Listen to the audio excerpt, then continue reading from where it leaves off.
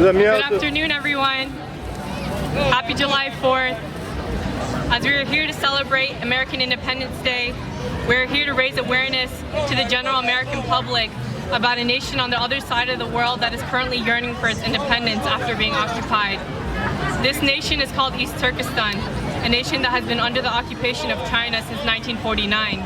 The territory was renamed by China as Xinjiang, meaning new territory. Since the occupation, the Chinese government has subjected the Uyghur people and other people of East Turkestan to systematic forms of cultural genocide and ethnic cleansing.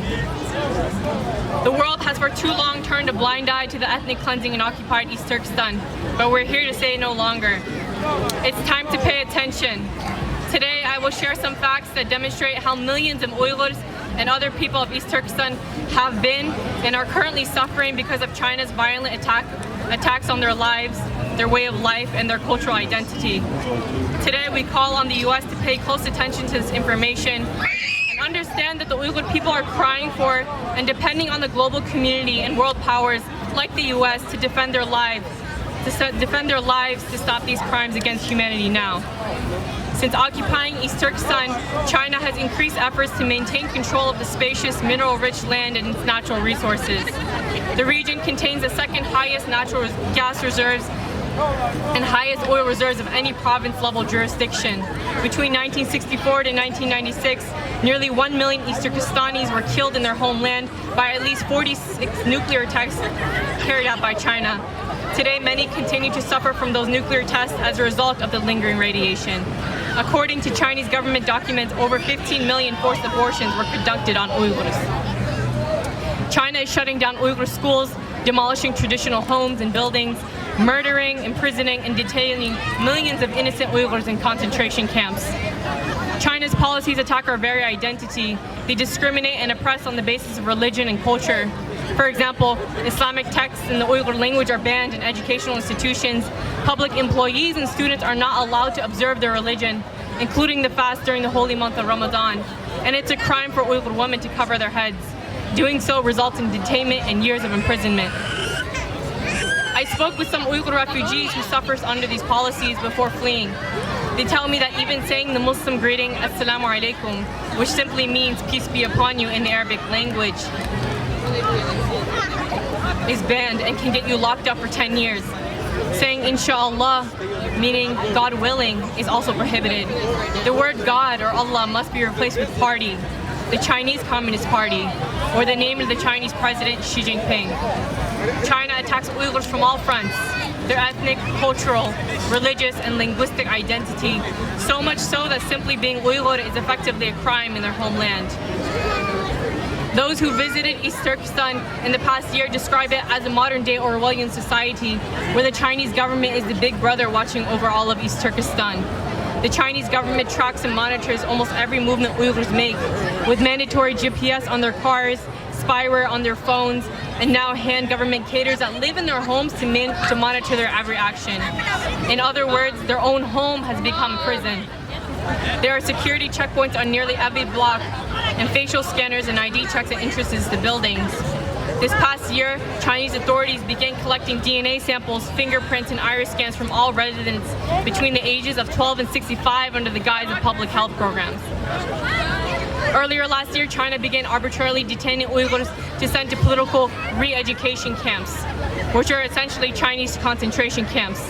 Today, over 1 million Uyghurs and other Muslims of East Turkestan suffer in those camps where China attempts to cleanse them of their religious and political ideologies in an attempt to assimilate the Uyghurs and erode their distinct identity by making the expression of their identity, their culture, and their religion criminal acts. The detainees have not officially been charged of any crime. There have been no trials for these detainees, let alone fair trials. A couple of months ago, an Uyghur family received the body of their 17-year-old son, who was sent to a re-education camp simply because he had gone to Turkey for a 4-day tour with his friends. Now you must wonder, what must go on in these concentration camps to lead to the death of a healthy young man? It's a question we ourselves are trying to figure out because the internment system is shrouded in secrecy with no publicly available data. But some of the conditions of such camp have already been leaked by former inmates.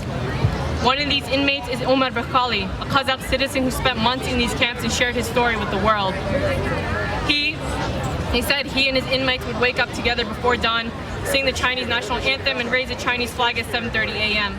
They sang songs praising the Communist Chinese Party and studied Chinese language and history.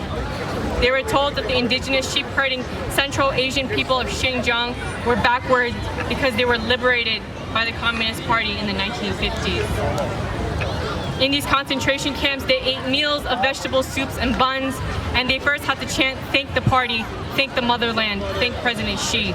The inmates are also forced to eat pork and alcohol in an attempt to humiliate the Muslims in these camps. In 4-hour sessions, instructors lectured about the dangers of Islam and drilled internees with quizzes that they had to answer correctly or be sent to stand near a wall for hours on end. The instructors would ask the detainees, do you obey Chinese law or Sharia? Do you understand why religion is dangerous? When the inmates wouldn't obey, they were sent to stand near a wall for hours on end and sometimes immerse their head in a tub of ice and water. Many would be sent to solitary confinement. The psychological and physical torture would cause inmates to attempt suicide, but many have failed to do so and were threatened by the Chinese authorities that if they were to do it again, they would extend their stay in the camps for years. In these detention camps, inmates have been denied medical treatment, leading many of them to their deaths. Some have reported that detainees receive food that causes infertility. The camps are so overcrowded that China can't build new ones fast enough, so government buildings and schools are being repurposed into makeshift camps. In these Chinese concentration camps, people are forced to sleep on their sides, cramped against each other. They are not provided proper clothing and undergarments even during freezing night temperatures.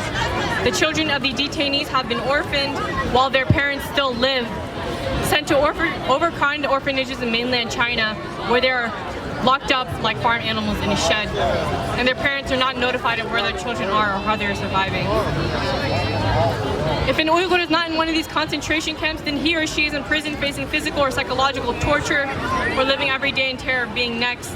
I know this because 2 summers ago I spent 2 months in Turkey interviewing Uyghur refugees, and I must tell you I'm absolutely disgusted at the extent of China's disregard for human life and lack of human decency. Several of the people I spoke with were political prisoners. They described the inhumane treatment they experience and witness in Chinese prisons. They told me that Uyghur women in the prisons are constantly raped by Chinese authorities and sent off to the hospitals to get abortions every 3 or 4 months. One of the former political prisoners, named Adil Abdul Ghafur, told me that during his time in detention, before being officially sentenced to 13 years of prison, he wasn't allowed to shower for 3 months. He and his Uyghur cellmates were allowed to use a restroom only once every 12 hours, and the bathroom was outside where more than 50 prisoners had to wait in line in the freezing cold. He told me how they were forced to sit and stare at a wall for more than 12 hours a day without moving, and were beaten whenever they or other detainees moved or made a sound. They were forced to memorize Chinese propaganda poetry, and if they were unable to, they were forced to douse their heads in a tub of their own feces. He also told me how the prisons intentionally spread HIV and AIDS to the Uyghur prisoners.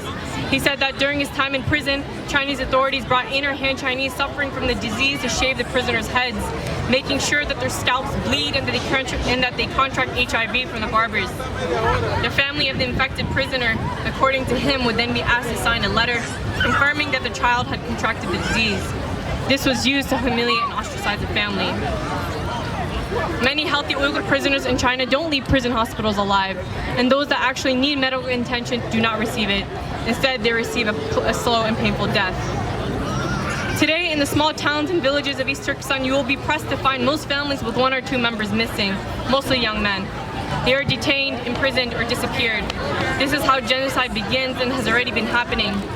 The UN defines genocide as acts of killing, infliction of serious bodily or mental harm, deliberate infliction of conditions to bring about physical destruction, and measures intended to prevent births, including forcibly transferring children of the group to another group, committed with an intent to destroy in whole or in part a national, ethnic, racial, or religious group. There is an international convention on the prevention and punishment of the crime of genocide, and the UN has an office on genocide prevention and the responsibility to protect. So, as members of the human race, we demand that the U.S. take action to prevent a genocide in East Turkestan by helping to shut down the Chinese concentration camps, which now hold over 1 million of our people. We ask the U.S. to use the global Magnitsky Act to sanction the Chinese government for its heinous crimes. Humanity said never again after the genocides we witnessed in the last century. Today, we demand the U.S. government to act on those words and protect the Uyghur, Kazakh, Uzbek, and other people of East Turkestan by preventing the genocide brewing there. Thank you.